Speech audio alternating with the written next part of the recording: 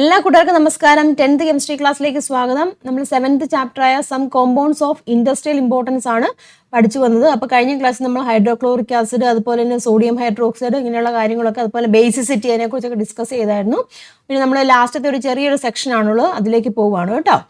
പിന്നെ നമുക്ക് പഠിക്കാനുള്ളത് സോൾട്സിനെ കുറിച്ചാണ് കേട്ടോ. സോൾട്ട് അല്ലെങ്കിൽ ലവണങ്ങൾ. അപ്പൊ നമുക്ക് നോക്കാം സോൾട്സ് അഥവാ ലവണങ്ങൾ കേട്ടോ. സോൾട്സ് എന്ന് പറഞ്ഞാൽ എന്താണ്? ലവണങ്ങൾ കേട്ടോ. നമ്മൾ കഴിഞ്ഞ ക്ലാസ്സിൽ ന്യൂട്രലൈസേഷൻ റിയാക്ഷനെ കുറിച്ച് കണ്ടായിരുന്നല്ലോ അല്ലേ?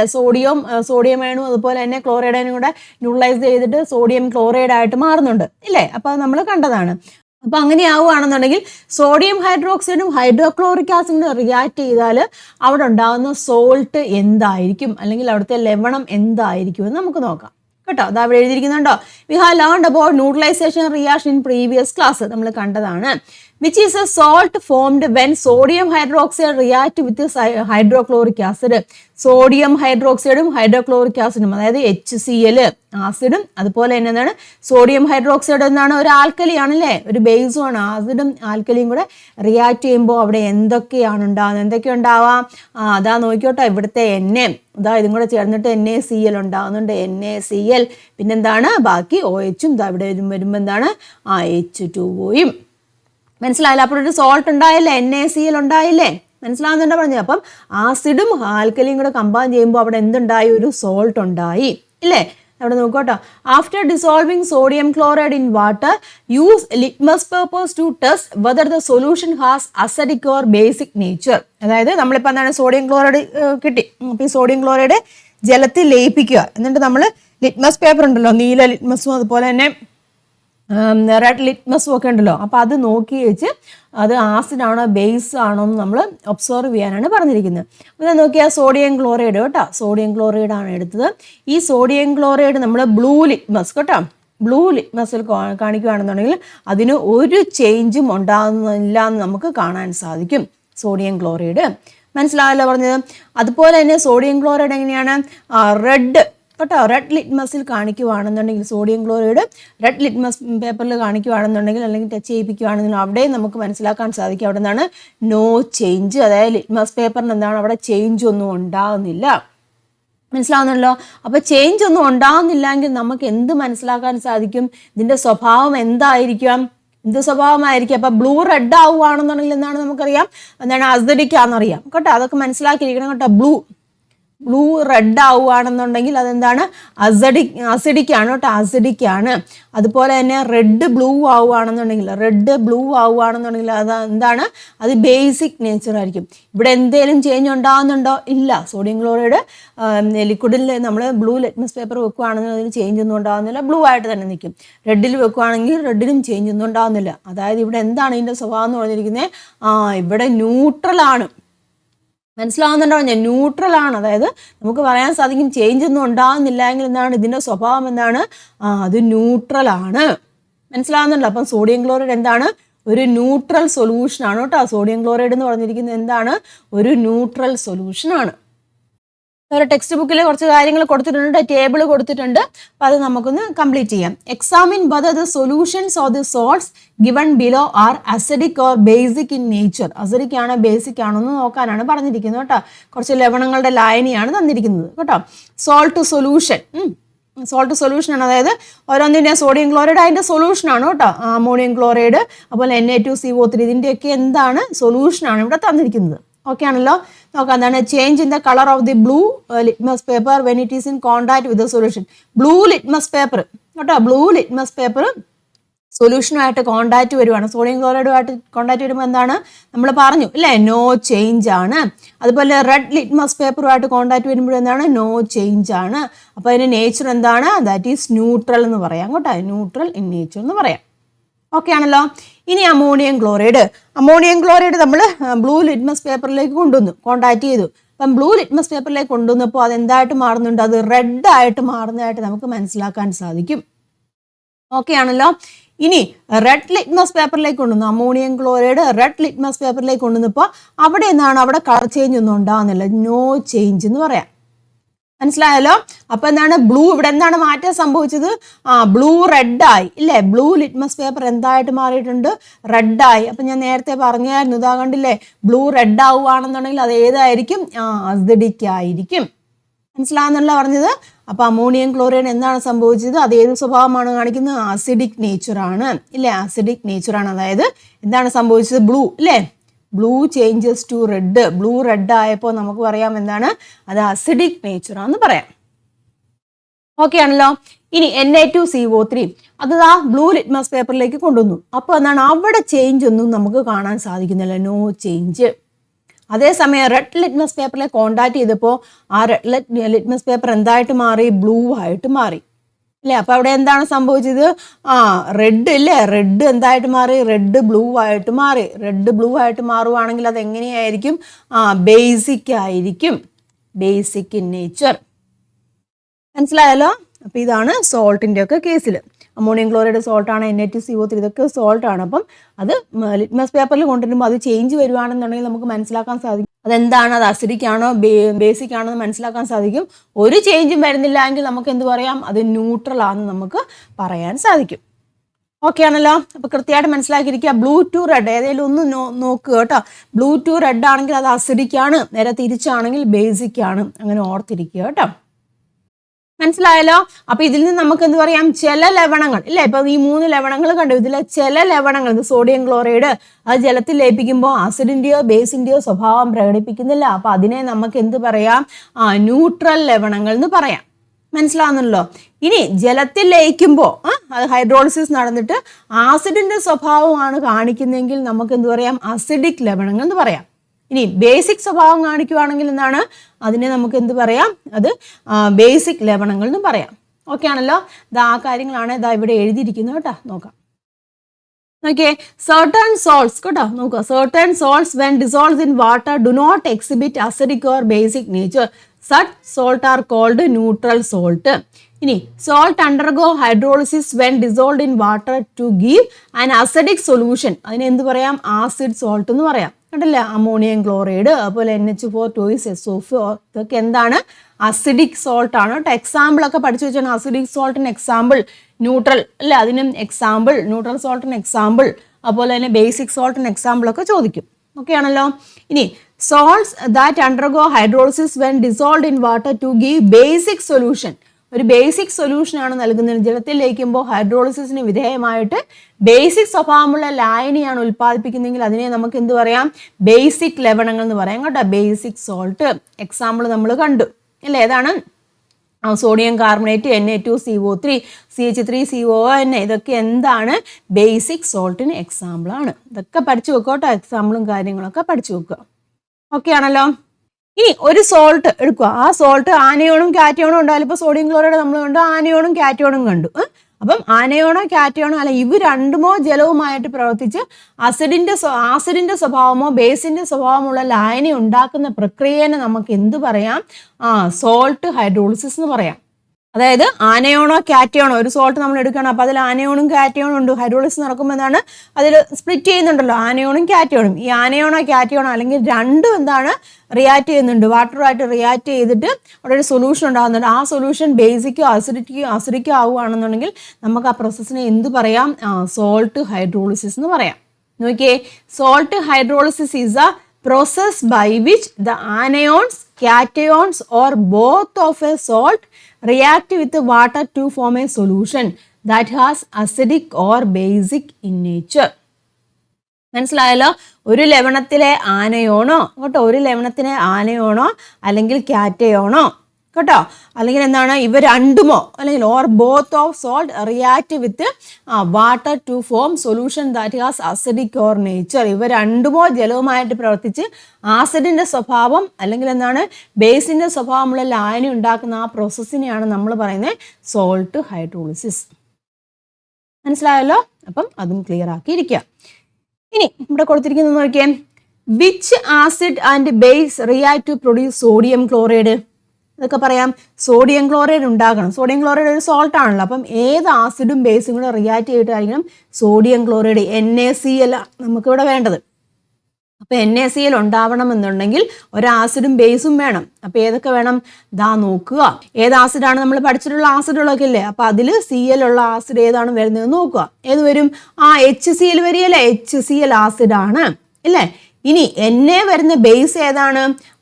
NaOH sodium hydroxide. മനസ്സിലായല്ലോ? അപ്പോൾ ഇങ്ങനെയാണ് എന്താണ് ഒരു സോൾട്ട് പ്രൊഡ്യൂസ് ചെയ്യുന്നത്. ഒരു ആസിഡും ബേസും കൂടെ റിയാക്ട് ചെയ്തിട്ടാണ് എപ്പോഴും എന്താണ് ഒരു സോൾട്ട് ഉണ്ടാകുന്നത്. അപ്പം ഇങ്ങനെ തരുവാണെങ്കിൽ നിങ്ങൾ നോക്കുക ഏതാണ് കാറ്റോണും ആനയോണും നോക്കുക, അത് വരുന്ന ആസിഡും ബേസും ഏതാന്ന് നോക്കുക. ക്ലിയർ ആയല്ലോ? അപ്പം ഇവിടെ നോക്കിയേ, ഈ ഒരു കേസിലെ പ്രത്യേകതയാണ് HCl ഉണ്ട് NaOH ഉണ്ട്. എങ്ങനെയാണ് ഇതിന്റെ പ്രത്യേകത എന്ന് പറഞ്ഞിരിക്കുന്നത്? ഇത് രണ്ടും എന്താണ്? സ്ട്രോങ് ആസിഡ് അല്ലേ? HCl എന്ന് പറഞ്ഞാൽ സ്ട്രോങ് ആസിഡാണ്, NaOH എന്ന് പറഞ്ഞാലും സ്ട്രോങ് ബേസ് ആണ്. മനസ്സിലാവുന്നുണ്ടോ പറഞ്ഞത്? അപ്പം ഒരു സ്ട്രോങ് ആസിഡും ഒരു സ്ട്രോങ് ബേസും കൂടെ റിയാക്ട് ചെയ്തിട്ടാണ് നമുക്ക് എന്ത് കിട്ടിയത്? ഒരു സോൾട്ട് കിട്ടിയത്. അപ്പൊ അങ്ങനെ ഉണ്ടാകുന്ന, അങ്ങനെ ഈ സ്ട്രോങ് ആയിട്ടുള്ള ഒരു ആസിഡും സ്ട്രോങ് ആയിട്ടുള്ള ഒരു ബേസും കമ്പൈൻ ചെയ്തിട്ട് ഒരു സോൾട്ട് കിട്ടുവാണെന്നുണ്ടെങ്കിൽ ആ സോൾട്ട് എങ്ങനെയായിരിക്കും? ഈ സോൾട്ടിന്റെ പ്രത്യേകത നേച്ചർ എങ്ങനെയാണ്? ന്യൂട്രലാന്ന് നമ്മൾ കണ്ടായിരുന്നു. സോഡിയം ക്ലോറൈഡ് ന്യൂട്രലാന്ന് കണ്ടില്ലായിരുന്നോ? അപ്പോൾ ഓർത്തിരിക്കേണ്ട ഒരു പോയിന്റ് ആണ് കേട്ടോ. സ്ട്രോങ് ആസിഡും സ്ട്രോങ് ബേസും കമ്പൈൻ ചെയ്തിട്ട് ഒരു സോൾട്ട് ഉണ്ടാവുകയാണെന്നുണ്ടെങ്കിൽ ആ സോൾട്ട് എങ്ങനെയായിരിക്കും? ന്യൂട്രൽ ആയിരിക്കും. ഓക്കെ ആണല്ലോ? ഇവിടെ എഴുതിയിരിക്കുന്നുണ്ടോ? Here acid and base are strong. The salt formed by the reaction of strong acid and strong base will be neutral. അപ്പോൾ സ്ട്രോങ് ആസിഡും സ്ട്രോങ് ബേസും ചേർന്നുണ്ടാകുന്ന സോൾട്ട് എങ്ങനെയായിരിക്കും? അത് ന്യൂട്രലും ആയിരിക്കും. ഇതൊക്കെ പോയിന്റുകളാണ് കേട്ടോ, ചെറിയ ചെറിയ പോയിന്റുകൾ. ഇതൊക്കെ 1 മാർക്കിൻ്റെ ഒക്കെ ആയിട്ട് ചോദിക്കാറുണ്ട്. എല്ലാം ഇതിൽ നിന്നൊക്കെ പലതരത്തിലുള്ള ക്വസ്റ്റ്യൻസുകൾ എക്സ്പെക്ട് ചെയ്യാം കേട്ടോ. ഓരോ സെന്റൻസും ക്വസ്റ്റ്യൻ ആയിട്ട് നിങ്ങൾ മനസ്സിലാക്കുക, അങ്ങനെ തന്നെ പഠിക്കുക കേട്ടോ. അതൊക്കെ ചോദിക്കുക. അപ്പം ന്യൂട്രൽ ആവുകയാണെന്നുണ്ടെങ്കിൽ അവിടെ എന്താണ്? അവിടുത്തെ ആസിഡും ബേസും എന്തായിരിക്കും? അത് സ്ട്രോങ് ആസിഡും സ്ട്രോങ് ബേസും ആയിരിക്കും. അപ്പം അങ്ങനെ ഉണ്ടാകുന്ന സോൾട്ട് എന്ന് പറഞ്ഞാൽ എന്തായിരിക്കും? അത് ന്യൂട്രൽ. അതിൻ്റെ നേച്ചർ എങ്ങനെയായിരിക്കും? ന്യൂട്രൽ ആയിരിക്കും. ഓക്കെ ആണല്ലോ? ഇനി അടുത്ത് നോക്കാം. Which acid and base react to produce NH4? കേട്ടോ, NH4 ഉണ്ടാവണം. നമുക്ക് നോക്കാം. NH4 ആണ് നമുക്ക് ഉണ്ടാകേണ്ടത്. അപ്പം ഏത് ആസിഡും ഏത് ബേസും കൂടെ റിയാക്ട് ചെയ്തിട്ടാണ് NH4. അപ്പം നിങ്ങൾ ഒരുപാട് ഒന്നും ആലോചിക്കൊന്നും വേണ്ട. നിങ്ങൾ പഠിച്ചിട്ടുള്ള, നിങ്ങളുടെ ടെക്സ്റ്റ് ബുക്കിൽ പഠിച്ചിട്ടുള്ളതുണ്ടല്ലോ, അതൊക്കെ ഒന്ന് കമ്പൈൻ ചെയ്ത് വെച്ചാൽ മതി. മനസ്സിലായല്ലോ? അപ്പം Cl ക്ലോറൈഡ് അയൺ വേണമെന്നുണ്ടെങ്കിൽ അത് ഏത് ആസിഡായിരിക്കാം? HCl. നമ്മൾ പഠിച്ചിട്ടുള്ള HCl ആണ്. ഇനി NH4 വരുന്ന ഏതാണ്? നമ്മൾ പഠിച്ചിട്ടുണ്ട് അമോണിയം ഹൈഡ്രോക്സൈഡ് അല്ലേ? NH4OH അല്ലേ? NH4OH. ക്ലിയർ ആയല്ലോ? അപ്പം HClഉം NH4OHും കൂടെ കമ്പൈൻ ചെയ്തിട്ടാണ് എന്താണ് അമോണിയം ക്ലോറൈഡ് അവിടെ ഉണ്ടാകുന്നത്. അപ്പോൾ ഏതാണ് HCl എന്ന് പറഞ്ഞാൽ ഏതാണ്? ഇത് HCl എന്നാണ്, ആസിഡാണ് അല്ലേ? ഇത് ആസിഡാണ്. ദെൻ ഇതെന്ന് പറഞ്ഞിരിക്കുന്നത് എന്താണ്? ബേസും ആണ്. ഇനി ഈ ഒരു കേസിൽ നോക്കിയേ, ഇവിടെ HCl നമുക്കറിയാം സ്ട്രോങ് ആണ്, നമുക്കറിയാം ഇല്ലേ? HCl സ്ട്രോങ് ആണ്. പക്ഷേ NH4OH എങ്ങനെയാണ്? സ്ട്രോങ് ആണോ? അല്ല. ഇവിടുത്തെ സ്ട്രോങ് ആയത് ചെയ്തിട്ടുള്ളതാണ് ആസിഡാണ് ഇവിടെ സ്ട്രോങ് ആയിട്ടുള്ളത്. അപ്പം എന്താന്ന് നോക്കിയേ, ഇവിടെ സ്ട്രോങ് ആയിട്ടുള്ള ആസിഡും ഇല്ലേ, അതുപോലെ തന്നെ NH4OH എന്ന് പറഞ്ഞാൽ എന്താണ്? അത് അത്രയ്ക്ക് സ്ട്രോങ് ഒന്നുമല്ല. അതായത് അത് വീക്ക് ആയിട്ടുള്ള ഒരു ബേസ് ആണ് NH4OH എന്ന് പറഞ്ഞിരിക്കുന്നത്. അപ്പൊ അങ്ങനെ ഉണ്ടാവുമ്പോൾ ഇതിന്റെ നേച്ചർ എന്തായിരുന്നു? അമോണിയം ക്ലോറൈഡിന്റെ നേച്ചർ നമ്മൾ മുമ്പേ കണ്ടതല്ലേ? എന്താണ്? അസിഡിക്കാന്ന് കണ്ടായിരുന്നു ഇല്ലേ? അമോണിയം ക്ലോറൈഡ് നമ്മൾ കണ്ടായിരുന്നു, അസിഡിക്കാന്ന് കണ്ടായിരുന്നു. അപ്പോൾ ഒരു സ്ട്രോങ് ആസിഡും ഒരു വീക്ക് ബേസും കൂടെ കമ്പൈൻ ചെയ്യുമ്പോൾ അവിടെ കിട്ടുന്ന സോൾട്ട് എങ്ങനെയായിരിക്കും? അസിഡിക് ആയിരിക്കും. മനസ്സിലാവുന്നല്ലോ? അവിടെ എഴുതിയിട്ടുണ്ട് കേട്ടോ. Which of these is stronger, the acid or the base? ഏതാണ് സ്ട്രോങ്ങർ? ആസിഡ് ആണ് ഇവിടുത്തെ സ്ട്രോങ്ങർ അല്ലേ? അതായത് HCl ആണ് ഇവിടെ stronger. The salt formed from strong acid and weak base. Strong ആസിഡും വീക്ക് ബേസും ആണ്. അപ്പോൾ അവിടുത്തെ സോൾട്ട് എങ്ങനെയായിരിക്കും? അസിഡിക് ആയിരിക്കും അല്ലേ? സോൾട്ട് അസിഡിക് ആയിരിക്കും. ഓക്കെ ആണല്ലോ? ഇനി അടുത്തതും കൂടെ നോക്കാം. Which acid and base react to produce Na2CO3? Na2CO3 നമുക്ക് ഉണ്ടാവണം ഇല്ലേ? Na2CO3 ഉണ്ടാവണമെന്നുണ്ടെങ്കിൽ ആസിഡ് ഏതാണ് വരേണ്ടത്? അപ്പൊ നമുക്ക് ഏത് ആസിഡ് വരെ നമ്മൾ പഠിച്ചിട്ടുള്ളത്? അത് H2CO3 കാർബോണിക് ആസിഡ് കേട്ടോ. കാർബോണിക് ആസിഡും വരാം. അതുപോലെ തന്നെ എന്താണ് ഒരു ബേസും വരണം. Na വരുന്ന ഒരു ബേസ് അതാണ് NaOH നമ്മൾ പഠിച്ചിട്ടുണ്ട്. മനസ്സിലാവുന്നല്ലോ? അപ്പൊ ഇത് കാർബോണിക് ആസിഡ് ആണ്, അതുപോലെ തന്നെ NaOH. ഇവിടെ ഏതാണ് സ്ട്രോങ് എന്ന് പറഞ്ഞിരിക്കുന്നത്? ഇവിടെ ബേസ് ആണ് കേട്ടോ. ഇതാണ് സ്ട്രോങ് കേട്ടോ. കാർബോണിക് ആസിഡ് അത്രയ്ക്ക് സ്ട്രോങ് അല്ല. അപ്പൊ ഇവിടെ എന്താണ്? വീക്ക് ആയിട്ടുള്ള ആസിഡും സ്ട്രോങ് ആയിട്ടുള്ള ബേസും കൂടെ കമ്പൈൻ ചെയ്യുമ്പോൾ നമുക്കിവിടെ ഒരു സോൾട്ട് കിട്ടി. ഇതിൻ്റെ കൂടെ H2O ഉണ്ട് കേട്ടോ, വാട്ടറും ഉണ്ട് കേട്ടോ.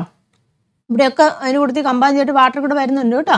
അപ്പം ഇതിന്റെ സ്വഭാവം എങ്ങനെയായിരിക്കും? Na2CO3യുടെ നേച്ചർ നമ്മൾ കണ്ടതല്ലേ? എങ്ങനെയാണ് കണ്ടത്? ബേസിക് ആന്ന് കണ്ടായിരുന്നു അല്ലേ? ഇതിന്റെ നേച്ചർ എങ്ങനെയാണ്? ബേസിക് ആന്ന് നമ്മൾ കണ്ടായിരുന്നു. അപ്പൊ അതാണ് ഒരു സ്ട്രോങ് ആയിട്ടുള്ള ബേസ് ബേസ് സ്ട്രോങ് ആവുകയാണെന്നുണ്ടെങ്കിൽ അതെന്തായിരിക്കും? അത് ബേസിക് ആയിരിക്കും. ഓക്കെ ആണല്ലോ? അതാ നോക്കിയേ, which of these is stronger, the acid or the base? ഏതാണ് ഇവിടുത്തെ സ്ട്രോങ്ങർ എന്ന് പറഞ്ഞാൽ ബേസ് ആണ്, അതായത് NaOH ആണ് ഇവിടുത്തെ സ്ട്രോങ്ങർ എന്ന് പറഞ്ഞിരിക്കുന്നത്. അപ്പൊ salt formed from weak acid and strong base will be എന്തായിരിക്കും? ബേസിക് ആയിരിക്കും. വീര്യം കുറഞ്ഞ ആസിഡും വീര്യം കൂടിയ ബേസും പ്രവർത്തിച്ചുണ്ടാകുന്നത് എങ്ങനെയായിരിക്കും? അത് ബേസിക് ആയിരിക്കും. മനസ്സിലാവുന്നുണ്ടോ പറഞ്ഞത്? അപ്പൊ കൃത്യമായിട്ട് മനസ്സിലായിരിക്കുക. സ്ട്രോങ് ആസിഡും സ്ട്രോങ് ബേസും ആവുകയാണെന്നുണ്ടെങ്കിൽ എന്താണ്? ന്യൂട്രൽ ആയിരിക്കും. ഇനി സ്ട്രോങ് ആസിഡും വീക്ക് ബേസും, അതായത് ആസിഡാണ് സ്ട്രോങ് എങ്കിൽ അതെന്തായിരിക്കും? അസിഡിക് നേച്ചർ ആയിരിക്കും. ഇനി ആസിഡ് വീക്കും വീക്ക് ആസിഡും സ്ട്രോങ് ബേസും, ബേസ് ആണ് സ്ട്രോങ് എങ്കിൽ അതെന്തായിരിക്കും? അതിന്റെ നേച്ചർ എങ്ങനെയായിരിക്കും? ബേസിക് നേച്ചറും ആയിരിക്കും. എളുപ്പമല്ലേ പഠിക്കാൻ? ചെറിയ ചെറിയ പോയിന്റുകളാണ്, അത് നോട്ട് ചെയ്ത് വെച്ചൊന്ന് പഠിച്ചു വെച്ചാൽ മതി കേട്ടോ. ദാറ്റ് ഈസ് സോൾട്ട് അല്ലെങ്കിൽ ലവണങ്ങൾ. ദെൻ ഇനി നമുക്ക് നോക്കാനുള്ളതാണ് ഫെർട്ടിലൈസേഴ്സ്. ഫെർട്ടിലൈസേഴ്സ് അല്ലെങ്കിൽ എന്താണ്? വളങ്ങൾ അല്ലേ? നമ്മൾ ചാപ്റ്റർ സ്റ്റാർട്ട് ചെയ്തപ്പോൾ കണ്ടായിരുന്നല്ലോ അല്ലേ? കുറെ മൂലകങ്ങൾ, മണ്ണിന് ആവശ്യമായിട്ടുള്ള മൂലകങ്ങൾ, നൈട്രജന്, ഫോസ്ഫറസ്, പൊട്ടാസ്യം ഒക്കെ കണ്ടായിരുന്നു. അപ്പം അത് ഉൾപ്പെടുത്തിയിട്ടുള്ള വളങ്ങൾ ഇല്ലേ? അതുപോലെ തന്നെ അമോണിയയുടെ നിർമ്മാണം, ഇതൊക്കെ നമ്മൾ ഡിസ്കസ് ചെയ്തായിരുന്നു അല്ലേ? അപ്പൊ നമുക്ക് നോക്കാം. എന്താ നോക്കിയേ, natural or artificial substance that provide nutrients to plants are called fertilizers. എന്താണ് ഫെർട്ടിലൈസേഴ്സ് എന്ന് പറഞ്ഞിരിക്കുന്നത്? നാച്ചുറൽ അല്ലെങ്കിൽ artificial substance that provide nutrients to plants ഇല്ലേ? പ്ലാന്റ്സിന് വളരാനും എന്താണ്? ന്യൂട്രിയൻസ് വേണം. നമ്മുടെ ഹ്യൂമൻസിനെ പോലെ തന്നെയാണ്, നമുക്ക് പലതരത്തിലുള്ള ന്യൂട്രിയൻസ് ഒക്കെ ആവശ്യമില്ല. അതുപോലെ തന്നെ പ്ലാന്റ്സിന് വളരാനും എന്താണ്? ന്യൂട്രിയൻസ് ആവശ്യമായിട്ടുണ്ട്. അപ്പം ആ ന്യൂട്രിയൻസ് ആർട്ടിഫിഷ്യൽ ആയിട്ടോ കൊടുക്കാം, അല്ലെങ്കിൽ നാച്ചുറൽ ആയിട്ടും ഉണ്ട്, മണ്ണിലൊക്കെ ഉണ്ട്. അപ്പം അതിനെയാണ് പറഞ്ഞിരിക്കുന്നത് ഫെർട്ടിലൈസേഴ്സ്. സസ്യങ്ങൾക്ക് പോഷണം പ്രദാനം ചെയ്യുന്ന പ്രകൃതിദത്തമോ അല്ലെങ്കിൽ എന്താണ്? കൃത്രിമമോ ആയ വസ്തുക്കളെയാണ് നമ്മൾ എന്ത് പറയുന്നത്? ഫെർട്ടിലൈസേഴ്സ് എന്ന് പറയുന്നത്. നോക്കിയേ, what are the elements present in water and carbon dioxide? വാട്ടറിലും കാർബൺ ഡൈ ഓക്സൈഡിലും അടങ്ങിയിരിക്കുന്ന എലമെന്റ്സ് എന്തൊക്കെയാ? വാട്ടർ എന്ന് പറയുമ്പോൾ എന്താണ്? H2O അല്ലേ? H2Oയിൽ എന്തൊക്കെയുണ്ട്? ഹൈഡ്രജൻ ഉണ്ട് അല്ലേ? ഹൈഡ്രജൻ ഉണ്ട്, ഓക്സിജനും ഉണ്ട്. അതുപോലെ തന്നെ കാർബൺ ഡൈ ഓക്സൈഡ് എന്താണ്? കാർബണും ഉണ്ട്, ഓക്സിജനും ഉണ്ട് അല്ലേ? അപ്പം നോർമലി നമ്മൾ ജനറലി നമുക്കറിയാം നാച്ചുറൽ ആയിട്ടുള്ളതാണ് കാർബൺ ഡൈ ഓക്സൈഡും വാട്ടർ എന്നൊക്കെ പറഞ്ഞിരിക്കുന്നത് അല്ലേ? അതിൽ എന്തൊക്കെയുണ്ട്? ഹൈഡ്രജനും ഓക്സിജനും കാർബണും ഒക്കെ അടങ്ങിയിട്ടുണ്ട്. ഓക്കെ ആണല്ലോ? അപ്പൊ ഈ മൂലകങ്ങളൊക്കെ എന്താണ്? പ്രകൃതിയിൽ നിന്ന് തന്നെ ലഭിക്കുന്നവയല്ലേ? നമുക്ക് ആർട്ടിഫിഷ്യലായിട്ട് ഹൈഡ്രജനും കാർബണും ഓക്സിജനും ഒന്നും ഉണ്ടാക്കേണ്ട കാര്യമില്ല, പ്രകൃതിയിൽ നിന്ന് തന്നെ ലഭിക്കുന്നതാണ്. വായുവിൽ നിന്നും ജലത്തിൽ നിന്നൊക്കെ ഇവയെ ആഗിരണം ചെയ്യാൻ കഴിയും. അപ്പൊ അങ്ങനെയുള്ള മൂലകങ്ങളെയാണ് നമ്മൾ പറയുന്നത് എന്താണ്? നാച്ചുറൽ ന്യൂട്രിയൻസ് എന്ന് പറയും. നാച്ചുറൽ ന്യൂട്രിയൻസ്, അതായത് ഹൈഡ്രജന്, ഓക്സിജന്, കാർബൺ, ഇതൊക്കെ എന്താണ്? നാച്ചുറൽ ന്യൂട്രിയൻസ് ആണ്. മനസ്സിലായല്ലോ? The elements that are കേട്ടോ, the elements are available to plants from nature itself. They can be absorbed from air and water. These three elements are called natural nutrients. അതായത് പ്രകൃതിയിൽ നിന്ന് നമുക്ക് ലഭിക്കുന്ന എലമെന്റ്സ് ആണ് carbon, oxygen, hydrogen എന്ന് പറഞ്ഞിരിക്കുന്നത്. അപ്പൊ അതിനെ നമുക്ക് എന്ത് പറയാം? നാച്ചുറൽ ന്യൂട്രിയൻസ് എന്ന് പറയാം. മനസ്സിലായല്ലോ? ഇനി ഇത് മാത്രം മതിയോ സസ്യങ്ങൾക്ക് വളരാൻ? അല്ല, വേറെ പല കാര്യങ്ങളും ആവശ്യമായിട്ടുണ്ട്. അപ്പൊ അങ്ങനെയുള്ള സംഭവങ്ങളൊക്കെയാണ് നൈട്രജൻ, ഫോസ്ഫറസ്, പൊട്ടാസ്യം. കണ്ടോ? Nitrogen, phosphorus, potassium are the 3 elements that plants need in large quantities. പ്ലാന്റ്സിന് കേട്ടോ, പ്ലാന്റ്സിന് കൂടിയ അളവിൽ വേണ്ടി വരുന്ന മൂലകങ്ങളാണ്. ഇപ്പൊ നോർമലി പ്രകൃതിയിൽ നിന്ന് കിട്ടുന്ന വേണ്ട ഹൈഡ്രജനും ഓക്സിജനും കാർബണും ഉണ്ട്. അതല്ലാതെ പ്ലാന്റ്സിന് കൂടിയ അളവിൽ വേണ്ടതാണ് ഈ നൈട്രജനും ഫോസ്ഫറസും പൊട്ടാസ്യം എന്നൊക്കെ പറഞ്ഞിരിക്കുന്നത്. നിങ്ങൾ ഇതിന്റെ നൈട്രജനും ഫോസ്ഫറസ്, പൊട്ടാസ്യം എന്നൊക്കെ നിങ്ങൾ കേട്ടിട്ടുണ്ടായിരിക്കും. NPK ഫെർട്ടിലൈസേഴ്സ് എന്നൊക്കെ കേട്ടിട്ടുണ്ടായിരിക്കും. അതായത് നൈട്രജനും ഫോസ്ഫറസും പൊട്ടാസ്യവും. അപ്പം അത് കൂടുതലായിട്ട് ആവശ്യമായിട്ടുണ്ട്. അപ്പൊ അതിനെ പറയുന്ന പേരാണ് പ്രൈമറി ന്യൂട്രിയൻസ്. മനസ്സിലായല്ലോ? അപ്പം പ്രൈമറി ന്യൂട്രിയൻസ് ഏതൊക്കെയാണ്? Nitrogen, phosphorus, potassium. Natural nutrients എന്ന് പറഞ്ഞാൽ ഹൈഡ്രജൻ, ഓക്സിജൻ, കാർബൺ ആണ്. പ്രൈമറി ന്യൂട്രിയൻസ് ഏതൊക്കെയാണ്? നൈട്രജൻ, ഫോസ്ഫറസ്, അതുപോലെ തന്നെ പൊട്ടാസ്യം. ഓക്കെ ആണല്ലോ? ഇനി ഇതല്ലാതെ മണ്ണിൽ കുറെ സംഭവങ്ങളൊക്കെ അടങ്ങിയിട്ടുണ്ടല്ലോ. കാൽസ്യം, മഗ്നീഷ്യം, സൾഫർ ഒക്കെ എന്താണ്? വളരെ കുറഞ്ഞ അളവിൽ മണ്ണിൽ അടങ്ങിയിട്ടുണ്ട്. അവയൊക്കെയാണ് കുറഞ്ഞ അളവിൽ മാത്രമേ സസ്യങ്ങൾക്ക് ആവശ്യമായിട്ടുള്ളൂ. സസ്യങ്ങൾക്ക് കൂടുതൽ അളവിൽ ആവശ്യമായിട്ടുള്ളത് ഏതാണ്? നൈട്രജനും ഫോസ്ഫറസും പൊട്ടാസ്യമാണ്. അല്ലാതെ മണ്ണിൽ വേറെ മൂലകങ്ങളൊക്കെ ഉണ്ട്. കാൽസ്യം കണ്ടില്ലേ? കാൽസ്യം, മഗ്നീഷ്യം, സൾഫർ, ഇതൊക്കെ മണ്ണിലുണ്ട്. ഇതൊക്കെ സസ്യങ്ങൾക്ക് ആവശ്യമാണ്, പക്ഷെ കൂടിയ അളവിൽ ആവശ്യമില്ല. അപ്പൊ അതുകൊണ്ട് തന്നെ ഇത്തരം ന്യൂട്രിയൻസിനെ നമുക്ക് പറയാം സെക്കൻഡറി ന്യൂട്രിയൻസ് എന്ന് പറയാം.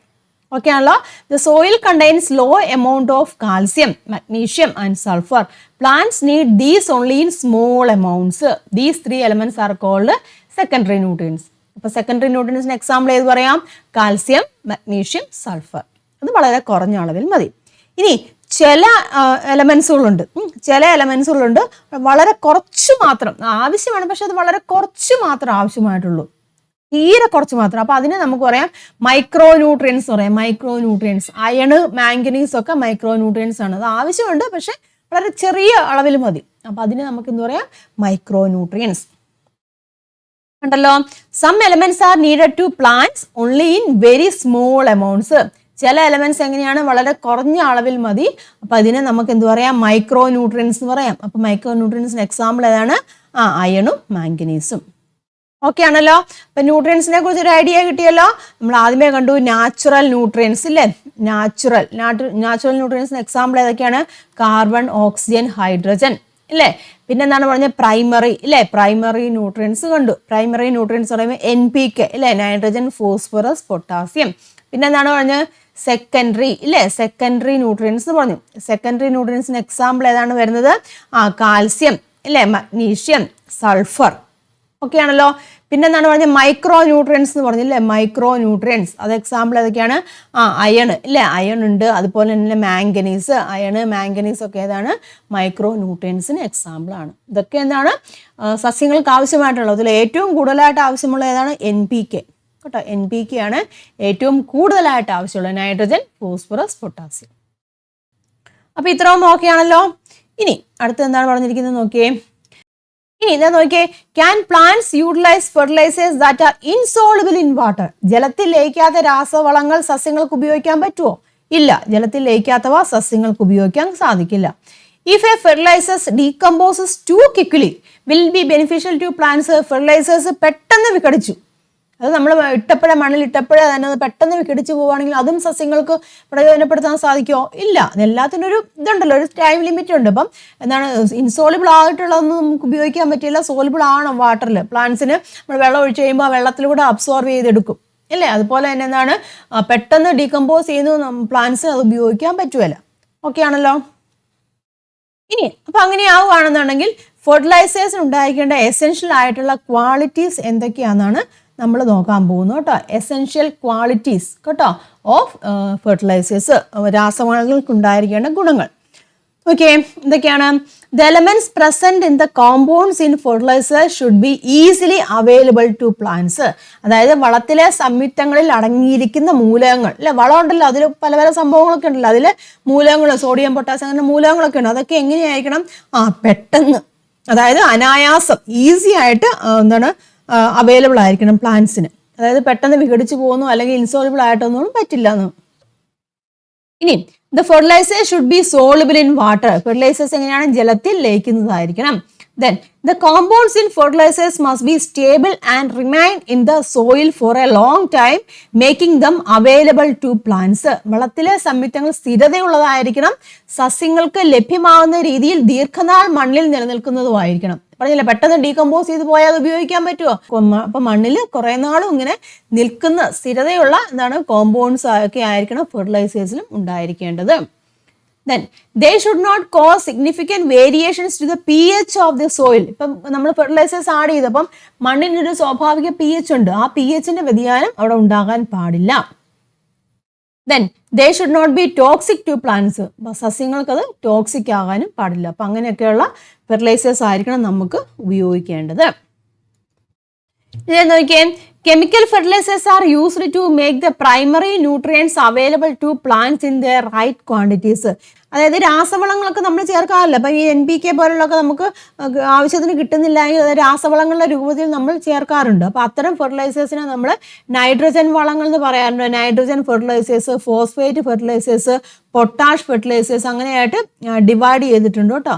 അപ്പം ഇവയൊക്കെ യോജിപ്പിച്ചിട്ടാണ് നമ്മൾ ഉപയോഗിക്കുന്നത് മിക്സർ ഫെർട്ടിലൈസേഴ്സ് ആയിട്ടും. അതുപോലെ തന്നെ NPK ഫെർട്ടിലൈസേഴ്സ് എന്നൊക്കെ ഇതിനെ പറയാറുണ്ട്. അതായത് നൈട്രജനും ഫോസ്ഫറസും പൊട്ടാഷ്യം ഇതൊക്കെ ചേർന്ന് അല്ലേ, പൊട്ടാസ്യം അല്ലെങ്കിൽ ഇതൊക്കെ ചേർന്നതിനെയാണ് നമ്മൾ NPK എന്ന് പറഞ്ഞത്. അപ്പം അത് മിക്സ് ചെയ്ത് നമ്മൾ ഉപയോഗിക്കാറുണ്ട്. നോക്കിയേ, chemical fertilizer are used to make the primary nutrients available to plants in right quantities. Such fertilizers are classified as nitrogenous fertilizers, phosphate fertilizers and potash fertilizers. These are combined to produce mixed fertilizers. These are also called NPK mixed fertilizers. NPK എന്ന് പറയുമ്പോൾ എന്താണ്? നൈട്രജീനിയസ് fertilisers ഉണ്ടാവും, phosphate fertilisers, അതുപോലെ തന്നെ potash, ഇത് മൂന്നും കൂടെ ചേർന്നാണ് NPK മിക്സഡ് ഫെർട്ടിലൈസേഴ്സ് എന്ന് പറഞ്ഞിരിക്കുന്നത്. ഇനി നോക്കിയാൽ ഇവിടെ ഒരു ടേബിൾ കൊടുത്തിട്ടുണ്ട്. ടൈപ്പ് ഓഫ് ഫെർട്ടിലൈസേഴ്സ് നമ്മൾ പറഞ്ഞു, നൈട്രജോനിയസ് ഫെർട്ടിലൈസേഴ്സ് എന്ന് പറഞ്ഞു, ഫോസ്ഫേറ്റ് ഫെർട്ടിലൈസേഴ്സ് എന്ന് പറഞ്ഞു, പൊട്ടാഷ് ഫെർട്ടിലൈസേഴ്സ് എന്ന് പറഞ്ഞു. അതെങ്ങനെയാണ് ഈ വളങ്ങൾ ഈ സസ്യങ്ങളിൽ അഫക്റ്റ് ചെയ്യുന്നു എന്നാണ് പറഞ്ഞിരിക്കുന്നത് കേട്ടോ. ഇപ്പം നൈട്രജനിയസ് ഫെർട്ടിലൈസർ ആണെന്നുണ്ടെങ്കിൽ എന്താണ് അത് അവിടെ സാധിക്കുന്നത്? ആക്സിലറേറ്റ് ദ ഗ്രോത്ത് ഓഫ് പ്ലാന്റ്സിന്റെ വളർച്ചയെ എന്താണ് കൂട്ടാൻ വേണ്ടിയാണ് നൈട്രജൻ അടങ്ങിയ ഫെർട്ടിലൈസേഴ്സ് നമ്മൾ ഉപയോഗിക്കുന്നത് കേട്ടോ. ഇപ്പം എക്സാമ്പിൾ പറയുകയാണെന്നുണ്ടെങ്കിൽ ammonium sulphate, calcium cyanide, urea, sodium nitrate, calcium nitrate, potassium nitrate, ഇതൊക്കെ എന്താണ്? നൈട്രജീനിയസ് ഫെർട്ടിലൈസർ, നൈട്രജൻ അടങ്ങിയതാണ്. അപ്പം നൈട്രജൻ അടങ്ങിയ ഫെർട്ടിലൈസേഴ്സ് ഉപയോഗിച്ച് കഴിഞ്ഞാൽ എന്താണ് സംഭവിക്കുന്നത്? അത് അതിൻ്റെ വളർച്ച അവിടെ കൂട്ടാൻ സാധിക്കും. ഇനി അടുത്തതാണ് ഫോസ്ഫേറ്റ് ഫെർട്ടിലൈസേഴ്സ്. അത് എന്തിനു വേണ്ടിയാണ്? Helps the growth of plants, increase productivity, അതായത് സസ്യങ്ങളുടെ വളർച്ചയെ സഹായിക്കാൻ പ്രധാനമായിട്ടും നൈട്രജനിയസ് ഫെർട്ടിലൈസർ ആണ് ഉപയോഗിക്കുന്നത്. കൂടാതെ ഫോസ്ഫേറ്റ് ഫെർട്ടിലൈസേഴ്സ് ഉപയോഗിക്കും. അതുപോലെ തന്നെ പ്രൊഡക്ടിവിറ്റി കൂട്ടാൻ, കൂടുതലായിട്ട് പ്രൊഡക്ടിവിറ്റി ഉണ്ടാവണം. ഇപ്പോൾ സസ്യങ്ങളൊക്കെ നട്ടു, അതിൽ നമുക്ക് ഫലം ഉണ്ടാകണമെന്നുണ്ടല്ലോ. അപ്പോൾ അത് കൂടുതലായിട്ട് പ്രൊഡക്ടിവിറ്റി ഒക്കെ വർദ്ധിക്കാൻ വേണ്ടി നമ്മൾ ഫോസ്ഫേറ്റ് ഫെർട്ടിലൈസേഴ്സ് ആഡ് ചെയ്യും. എക്സാമ്പിൾ പറയുകയാണെന്നുണ്ടെങ്കിൽ ammonium phosphate, triple super phosphate ഒക്കെ ആഡ് ചെയ്യും. ഇനി പൊട്ടാഷ് ഫെർട്ടിലൈസേഴ്സ് ഉണ്ട്. അതെന്തിനു വേണ്ടിയാണ്?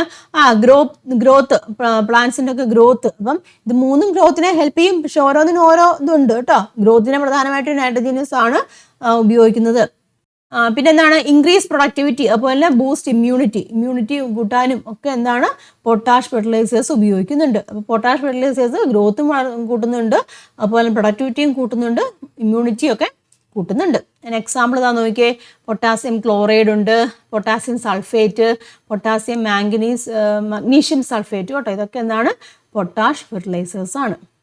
ക്ലിയർ ആയല്ലോ? അപ്പം ഇതിനെ നമുക്ക് എന്ത് പറയാം? NPK ഫെർട്ടിലൈസേഴ്സ് എന്ന് പറയാം കേട്ടോ. NPK fertilizers, nitrogen, phosphorus, potassium. അപ്പം ഇതാണ് പ്രധാനമായിട്ടും വേണ്ട സസ്യങ്ങൾക്ക് ആവശ്യമായിട്ടുള്ള മൂലകങ്ങൾ എന്ന് പറഞ്ഞിരിക്കുന്നത്. അപ്പോൾ അത് ചോദിക്കാം കേട്ടോ. നൈട്രജനസ് ഫെർട്ടിലൈസേഴ്സ് എന്തിനു വേണ്ടി ഉപയോഗിക്കുന്നു? പൊട്ടാഷ് ഫെർട്ടിലൈസേഴ്സ് എന്തിനു വേണ്ടി ഉപയോഗിക്കുന്നു? ഫോസ്ഫറസ് ഫെർട്ടിലൈസേഴ്സ് എന്തിനു വേണ്ടി ഉപയോഗിക്കുന്നു? അതിന് എക്സാമ്പിൾസ് ഒക്കെ ഒന്ന് നോട്ട് ചെയ്ത് പഠിച്ചോളുക. അപ്പോൾ ഓക്കെ ആണല്ലോ? അപ്പോൾ ദാറ്റ് ഈസ് ഫെർട്ടിലൈസേഴ്സ്. അപ്പോൾ ഇത്രേ ഉള്ളൂ. അപ്പം നമ്മുടെ ചാപ്റ്റർ ഇവിടെ കംപ്ലീറ്റ് ആയിട്ടിരിക്കുകയാണ്. അപ്പോൾ നമ്മൾ ഈ ഒരു സെക്ഷനിൽ സോൾട്ടിനെ കുറിച്ചും കുറിച്ച് ഡിസ്കസ് ചെയ്തു. അതുപോലെ തന്നെ ഫെർട്ടിലൈസേഴ്സിനെ കുറിച്ചൊക്കെ ഡിസ്കസ് ചെയ്തു. ഇതെല്ലാം നമ്മൾ ഇമ്പോർട്ടൻ്റ് ആണ്, പോയിന്റുകളാണ്, ചെറിയ കാര്യങ്ങളാണ്. പക്ഷേ ആ ചെറിയ കാര്യങ്ങളിൽ നിന്നൊക്കെ നമുക്ക് ക്വസ്റ്റ്യൻസ് ചോദിക്കാം. ഇപ്പം 1 മാർക്കിൻ്റെ ക്വസ്റ്റ്യൻ ആണെങ്കിൽ പോലും ഒരു 1 മാർക്ക് പോയാൽ 1 മാർക്കാണ് അവിടെ പോകുന്നത്. ഇല്ല, ഒരു A+ പോയാൽ നമുക്ക് ആ 1 മാർക്ക് മതി. അപ്പം അതുകൊണ്ട് ഒബ്ജക്റ്റ് ടൈപ്പ് ക്വസ്റ്റ്യൻസ് ആണെങ്കിലും അത് ഇമ്പോർട്ടൻ്റ് ആണ്. അപ്പം ടെക്സ്റ്റ് ബുക്കിലുള്ള ഓരോ ലൈനും ക്വസ്റ്റ്യൻ ആണ്. അത് മനസ്സിലാക്കുക കേട്ടോ. നിങ്ങൾ എക്സാമൊക്കെ കണ്ടതാണ്, ടെക്സ്റ്റ് ബുക്കിലുള്ള ഏത് ഭാഗത്തുനിന്നും ക്വസ്റ്റ്യൻ വരാൻ. അപ്പം എന്ത് ചെയ്യണം? നിങ്ങൾ ടെക്സ്റ്റ് ബുക്ക് നല്ലതുപോലെ വായിച്ചിരിക്കണം. അതിൽ നിന്ന് തന്നെ നിങ്ങൾ തന്നെ നോട്ട് ഉണ്ടാക്കുക. ചെറിയ രീതിയിൽ ഷോർട്ട് നോട്ട്. ഇപ്പോൾ ഫെർട്ടിലൈസേഴ്സ് ആണെന്നുണ്ടെങ്കിൽ നമുക്ക് നോട്ടായിട്ട് ചെറിയ രീതിയിൽ എഴുതി വെക്കാം. എന്താ ഞാനിവിടെ എഴുതിയിട്ടില്ലേ? ഇവിടെ എഴുതിയില്ല, ഇങ്ങനെ ഒരു ഷോർട്ടായിട്ട് കണ്ടില്ലേ? ന്യൂട്രൽ, പ്രൈമർ, ഇങ്ങനെ ഷോർട്ടായിട്ട് എഴുതി വെച്ച് നമുക്കത് മനസ്സിലാക്കാൻ സാധിക്കും. നാച്ചുറൽ എന്ന് പറയുമ്പോൾ നാച്ചുറലാണ്, പ്രൈമറി എന്ന് പറയുമ്പോൾ അതിന് എക്സാമ്പിൾ ഏതൊക്കെയാണ്. അപ്പം അങ്ങനെ ചെറിയ നോട്ടായിട്ട് എഴുതി വെച്ച് തന്നെ പഠിക്കുക കേട്ടോ. അപ്പം നമ്മുടെ എല്ലാ ചാപ്റ്റേഴ്സും കംപ്ലീറ്റ് ആക്കിയിരിക്കുകയാണ്. ഇനി നമുക്കിതിൽ ലെറ്റസ് ക്വസ്റ്റ്യൻസ് ആണുള്ളത്. അത് നമുക്ക് അടുത്തൊരു വീഡിയോയിൽ ഡിസ്കസ് ചെയ്യാം കേട്ടോ. അപ്പോൾ കൃത്യമായിട്ട് എല്ലാവരും പഠിക്കുക. ലാസ്റ്റ് ചാപ്റ്റർ ആണെന്ന് വിചാരിച്ച് വിട്ടുകളയല്ലേ. ഇമ്പോർട്ടൻ്റ് ആണ്, ചെറിയ കാര്യങ്ങളാണ്. പക്ഷേ ആ ചെറിയ കാര്യങ്ങളും ഇമ്പോർട്ടൻ്റ് ആണ് കേട്ടോ. നമ്മൾ അറിഞ്ഞിരിക്കേണ്ട കാര്യങ്ങളുമാണ്. എക്സാമിനും ക്വസ്റ്റ്യൻസും ചോദിക്കാൻ ചാൻസ് ഉള്ളതുമാണ് കേട്ടോ. അപ്പോൾ എല്ലാവർക്കും ഈ ഒരു സെക്ഷനും ക്ലിയർ ആയി കാണുമെന്ന് വിചാരിക്കുന്നു. വളരെ എളുപ്പമുള്ള ഒരു ചാപ്റ്ററാണ്. ഞാൻ നമ്മൾ വലിയ കോംപ്ലിക്കേഷൻ ഒന്നുമില്ല. പീരിയോഡിക് ടേബിൾ പഠിക്കുന്ന പോലത്തെ വലിയ കോംപ്ലിക്കേഷനോ കാര്യങ്ങളോ ഒന്നുമില്ല. നമ്മൾ ആ കാര്യം ഒന്ന് മനസ്സിലാക്കിയിരിക്കുക. ജസ്റ്റ് അതിൻ്റെ പോയിന്റുകളും കാര്യങ്ങളൊക്കെ ഒന്ന് മനസ്സിലാക്കി എടുത്തു കഴിഞ്ഞാൽ ഈസി ആയിട്ട് പഠിച്ചെടുക്കാൻ സാധിക്കും കേട്ടോ. അപ്പം എല്ലാവർക്കും ക്ലിയർ ആയി കാണുമെന്ന് തന്നെ ഞാൻ വിചാരിക്കുകയാണ്. എന്തെങ്കിലും ഡൗട്ട് ഉണ്ടെന്നുണ്ടെങ്കിൽ ചോദിക്കുക കേട്ടോ. അഭിപ്രായങ്ങളൊക്കെ പറയുക. വീഡിയോ ഇഷ്ടമായിട്ടുണ്ടെന്നുണ്ടെങ്കിൽ തീർച്ചയായിട്ടും ലൈക്ക് ചെയ്യണം. അതുപോലെ തന്നെ നിങ്ങളുടെ അഭിപ്രായങ്ങളും പറയുക. മാക്സിമം നിങ്ങളുടെ ഫ്രണ്ട്സിന് ആർക്കെങ്കിലും ഒക്കെ ഡൗട്ട് ഉണ്ടെന്നുണ്ടെങ്കിൽ അവർക്കൊക്കെ ഒന്ന് ഷെയർ ചെയ്ത് കൊടുക്കുക കേട്ടോ. അപ്പോൾ നമുക്ക് ലെറ്റസസുമായിട്ട് അടുത്ത ക്ലാസ്സിൽ കാണാം. എല്ലാവർക്കും നന്ദി, നമസ്കാരം. താങ്ക്